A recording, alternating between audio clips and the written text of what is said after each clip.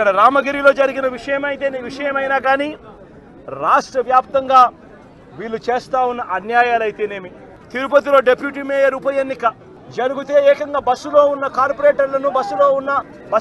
కార్పొరేటర్లను ఏకంగా పోలీసులు ఆధ్వర్యంలోనే అడ్డగించి ఏకంగా బస్సులో ఉన్న కార్పొరేటర్లు, బస్సులో ఉన్న ఎమ్మెల్సీను ఏకంగా పోలీసుల ఆధ్వర్యంలోనే కిడ్నాప్ తీసుకొని పోవడం ఏ స్థాయిలోకి దిగజారిపోతా ఉందో నేను అడుగుతా ఉన్నా.